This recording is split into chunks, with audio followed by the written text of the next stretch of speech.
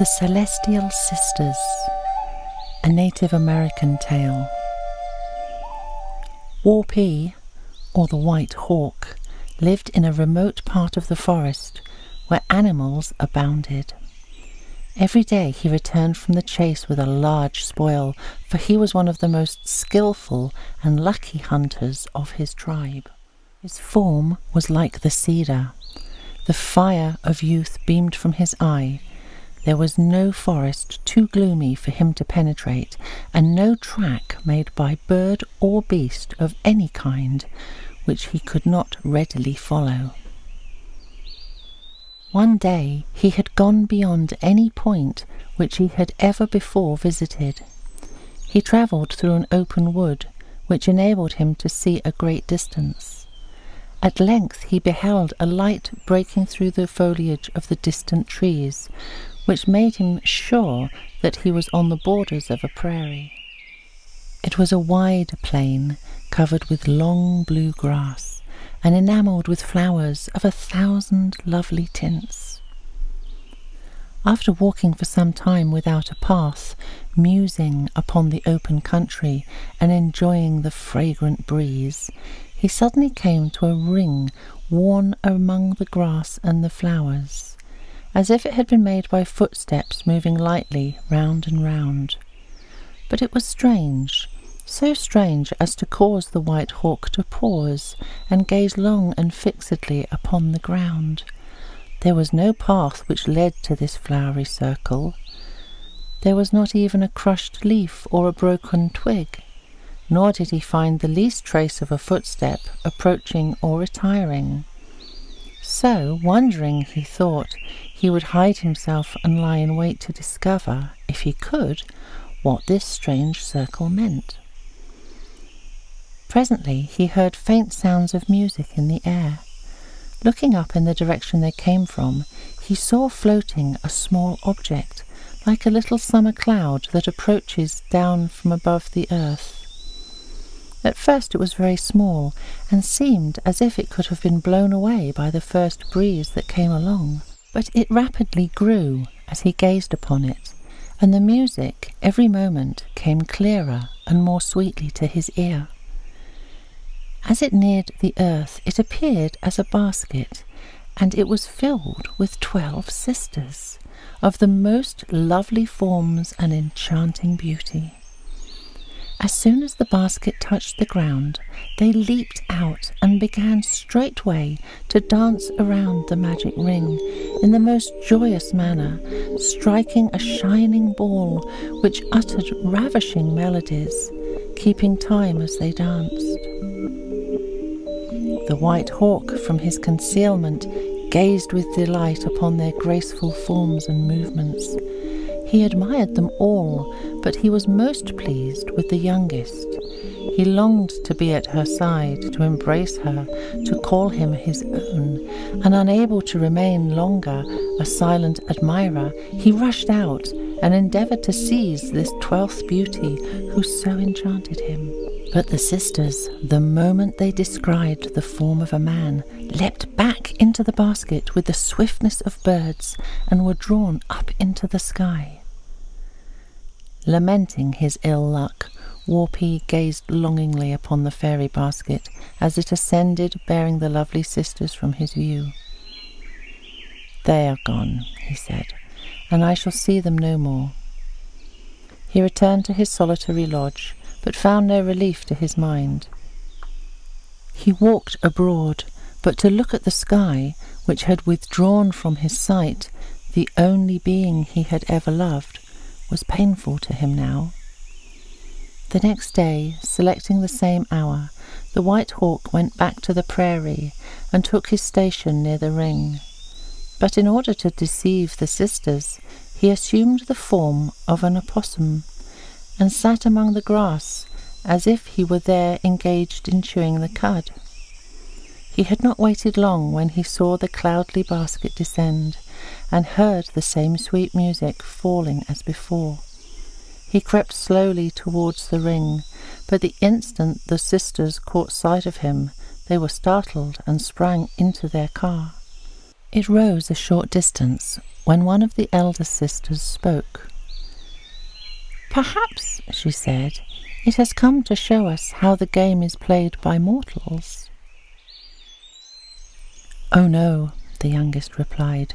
"Quick, let us ascend." And all joining in a chant, they rose out of sight. Then Warpie, casting off his disguise, walked sorrowfully back to his lodge. But the night seemed very long to lonely White Hawk. His whole soul was filled with the thought of the beautiful sister. Betimes the next day he returned to the haunted spot, hoping and fearing and sighing as though his very soul would leave his body in its anguish. He reflected upon the plan he should follow to secure success. He had already failed twice.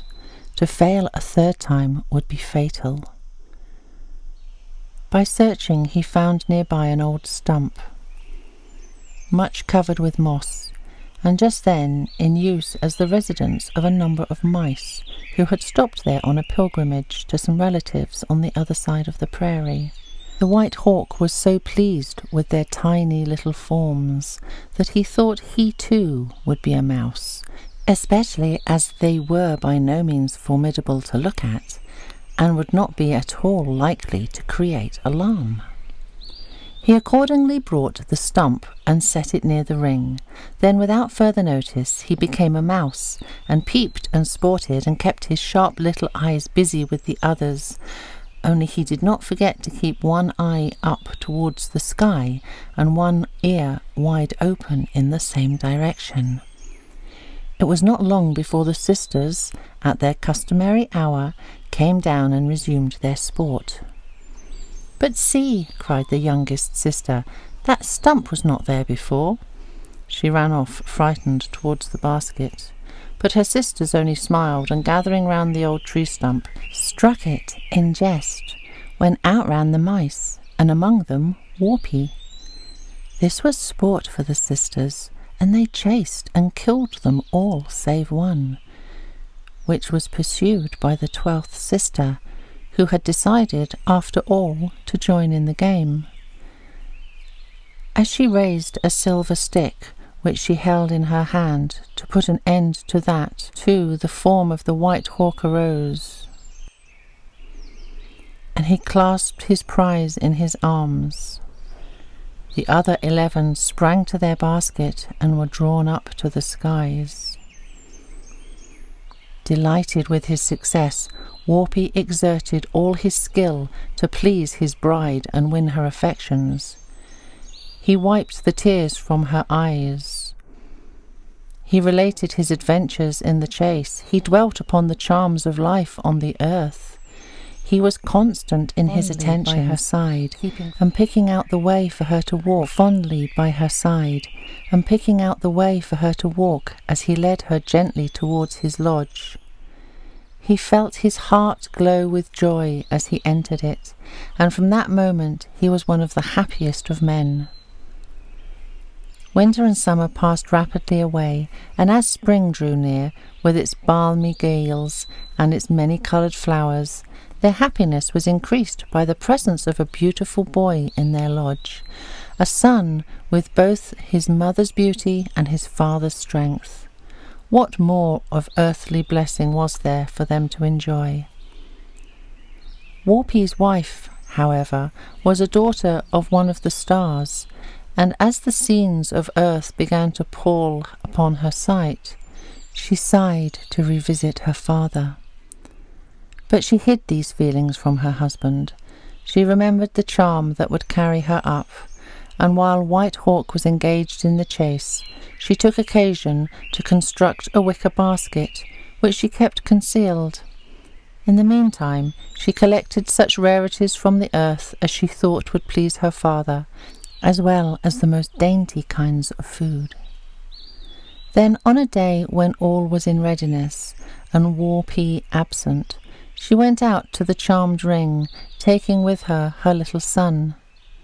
As they entered the car, she commenced her magical song, and the basket rose.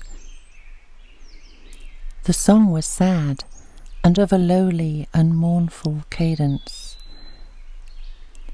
and as it was wafted far away by the wind, it caught her husband's ear. It was a voice which he well knew, and he instantly ran to the prairie. But though he made breathless speed, he could not reach the ring before his wife and child had ascended beyond his reach.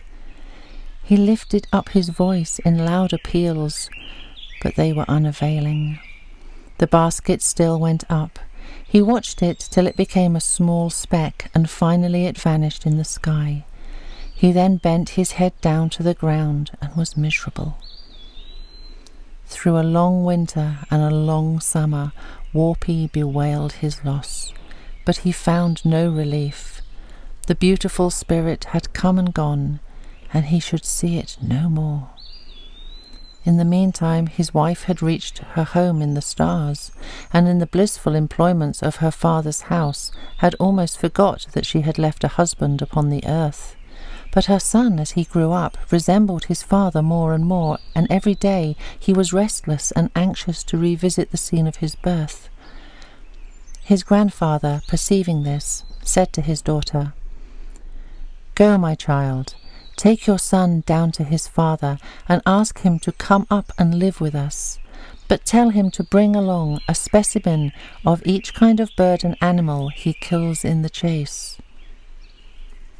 The mother accordingly took the boy and descended, and the white hawk, who was ever near the enchanted spot, heard her voice as she came down from the sky.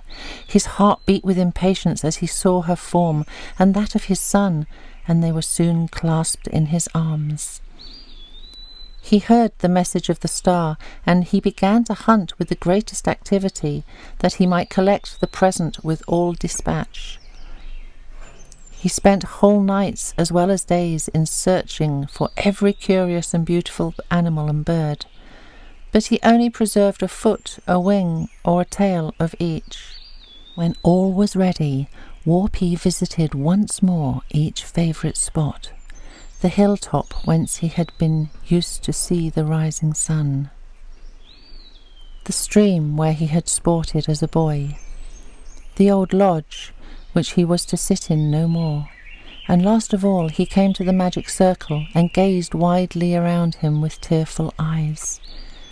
Then taking his wife and child by the hand, he entered the car, and they were drawn up into a country far beyond the flight of birds, or the power of mortal eye to pierce. Great joy was manifested upon their arrival at the starry plains. The Star Chief invited all his people to a feast, and when they had assembled, he proclaimed aloud that each one might continue as he was, an inhabitant of his own dominions, or select of the earthly gifts such as he liked best. A very strange confusion immediately arose. Not one but sprang forward.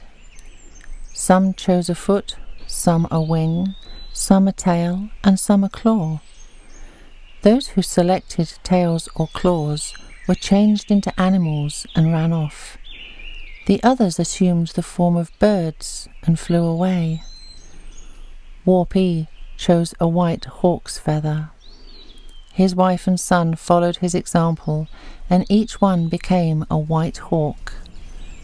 He spread his wings, and followed by his wife and son, descended with the other birds to the earth, where they are still to be found, with the brightness of the starry plains in their eyes, and the freedom of the heavenly breezes in their wings.